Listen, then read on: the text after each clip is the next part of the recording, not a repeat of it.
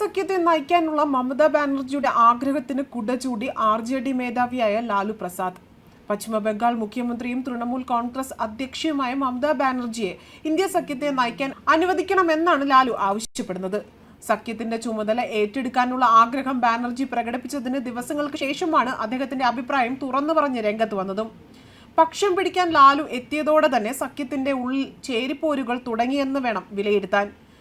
India ബ്ലോക്കിന്റെ പ്രധാന സഖ്യകക്ഷിയായ കോൺഗ്രസിന് ബാനർജിയെ പ്രതിപക്ഷ മുന്നണിയുടെ നേതാവായി അംഗീകരിക്കുന്നതിനെക്കുറിച്ച് എന്തെങ്കിലും ധാരണയുണ്ടെങ്കിൽ അതിനൊരു മാറ്റവും വരുത്തരുതെന്നും ലാലു പറഞ്ഞു. മാത്രവുമല്ല, ഇന്ത്യ ബ്ലോക്കിന്റെ തലപ്പത്ത് മമതാ ബാനർജിയെ അനുവദിക്കണമെന്ന് RJD മേധാവി ഉറപ്പിച്ചു പറഞ്ഞു. നേരത്തെ ലാലുവിന്റെ മകനും മുതിർന്ന RJD നേതാവുമായ തേജസ്വി യാദവ് മമതാ ബാനർജി ഉൾപ്പെടെയുള്ള ഇന്ത്യ ബ്ലോക്കിലെ മുതിർന്ന നേതാക്കൾ സഖ്യത്തെ നയിക്കുന്നതിൽ എതിർപ്പില്ല എന്ന് പറഞ്ഞിരുന്നു.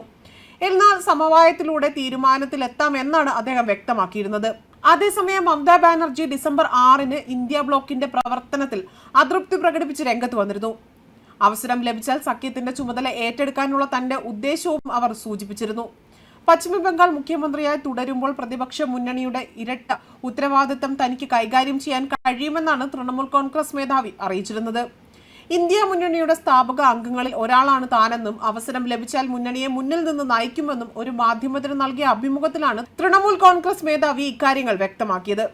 ബംഗാൾ മുഖ്യമന്ത്രി സ്ഥാനത്തിരുന്നു കൊണ്ട് തന്നെ ഇന്ത്യ മുന്നണിയെ നയിക്കാനാകുമെന്നും രണ്ട് ഉത്തരവാദിത്തങ്ങളും മികച്ച രീതിയിൽ കൈകാര്യം ചെയ്യാനുള്ള കഴിവ് തനിക്കുണ്ട് എന്നുമാണ് മമത അവകാശപ്പെട്ടത്. ഇന്ത്യ മുന്നണി രൂപീകരിക്കാൻ നേതൃത്വം നൽകിയത് ഞാനാണ്. ഇപ്പോൾ അതിന്റെ നേതൃസ്ഥാനം മറ്റുള്ളവരുടെ കയ്യിലാണ്. അവർക്കത് നന്നായി കൊണ്ടുപോകാനാകുന്നില്ല എന്നും അവരുടെ പ്രവർത്തന രീതിയിൽ അതെല്ലാം മോശമാണ് എന്നും എല്ലാവരെയും ഒരുമിച്ച് കൊണ്ടുപോകണം എന്നാണ് ഞാൻ ആഗ്രഹിക്കുന്നതെന്ന് ആവശ്യപ്പെടുകയാണെങ്കിൽ ഞാൻ അതിന്റെ നേതൃസ്ഥാനത്തേക്ക് വരുമെന്നും അവർ പറഞ്ഞിരുന്നു. അത് നല്ല രീതിയിൽ പ്രവർത്തിപ്പിക്കാനാകുമെന്നാണ് എനിക്ക് ഉറപ്പുള്ളതെന്നും പക്ഷേ ബംഗാളിന് പുറത്തേക്ക് ഞാൻ പോകില്ല എന്നും ഇവിടെ നിന്ന് എനിക്ക് അതിൻ്റെതായ എല്ലാ പ്രവർത്തനങ്ങളും നടത്താൻ സാധിക്കുമെന്നും മമതാ ബാനർജി പറഞ്ഞിരുന്നു. ഇന്ത്യ മുന്നണി അവരുടെ അഹങ്കാരം മാറ്റിവെച്ചുകൊണ്ട് സഖ്യത്തിന്റെ നേതാവായി മമതാ ബാനർജിയെ അംഗീകരിക്കണമെന്ന് തൃണമൂൽ MP-യായ കല്യാൺ ബാനർജി കഴിഞ്ഞ ദിവസം ആവശ്യമുന്നയിച്ചിരുന്നു. കോൺഗ്രസിന്റെ പ്രവർത്തന ശൈലിക്കെതിരെയും കല്യാൺ ബാനർജി വിമർശനം ഉന്നയിച്ചിരുന്നു. സഖ്യത്തിനുള്ളിൽ ഒരു കാര്യത്തിനും ഏകോപനം നടക്കാൻ സാധിക്കുന്നില്ല എന്നും അഭിപ്രായ വ്യത്യാസം രൂക്ഷമാണ് എന്നും ഇദ്ദേഹം പറഞ്ഞിരുന്നു. 20-ലധികം പ്രതിപക്ഷ പാർട്ടികളാണ് ഇന്ത്യ മുന്നണിയുടെ ഭാഗമായിട്ടുള്ളത്. മഹാരാഷ്ട്രയിൽ മോശം പ്രകടനം കാഴ്ചവെച്ചതിന് പിന്നാലെയാണ് വിവിധ കക്ഷി നേതാക്കൾ കോൺഗ്രസിനെതിരെ വിമർശനവുമായി രംഗത്ത് വന്നത്. അതേസമയം CPI പുറത്തിറക്കിയ പത്രക്കുറിപ്പിലും ഇന്ത്യ സഖ്യത്തിനിടയിൽ ഐക്യമില്ല എന്ന വിമർശനം ഉന്നയിച്ചിരുന്നു. കോൺഗ്രസ് അടക്കമുള്ള സഖ്യകക്ഷികൾ തമ്മിൽ പരസ്പരം വിശ്വാസക്കുറവുണ്ട് എന്നും CPI-യെയും മറ്റ് ഇടത് പാർട്ടികളെയും സീറ്റ് വിഭജനത്തിൽ വേണ്ട വിധത്തിൽ ഉൾപ്പെടുത്തിയിട്ടില്ല എന്നും കുറിപ്പിൽ പരാമർശമുണ്ട്. ലോക്സഭാ തെരഞ്ഞെടുപ്പിൽ BJP-യെയും RSS-നെയും നേരിടാൻ വേണ്ടി രൂപീകരിച്ചതാണ് ഇന്ത്യ സഖ്യമെന്നും ഭരണഘടനാ മൂല്യങ്ങൾ സംരക്ഷിക്കുവാനും സഖ്യം ലക്ഷ്യമിട്ടിരുന്നതായും പത്രക്കുറിപ്പിൽ പറയുന്നു. എന്നാൽ കഴിഞ്ഞ കുറച്ചു നാളുകളിലായി പ്രത്യേകിച്ച് ജാർഖണ്ഡ് തിരഞ്ഞെടുപ്പിലൊക്കെ തന്നെ ഇന്ത്യ സഖ്യം അധികാരത്തിൽ വന്നെങ്കിലും CPI-യും CPM-ഉം സഖ്യത്തിലായിരുന്നില്ല മത്സരിച്ചിരുന്നതും.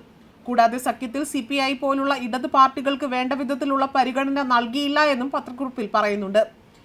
അത് പരസ്പര ബഹുമാനക്കുറവിനെയാണ് കണക്കാക്കുന്നത്. ഇതാദ്യമായല്ല ഇന്ത്യ സഖ്യത്തിലെ ഭിന്നതകളെക്കുറിച്ച് CPI തുറന്ന് സംസാരിച്ച് രംഗത്ത് വരുന്നതും.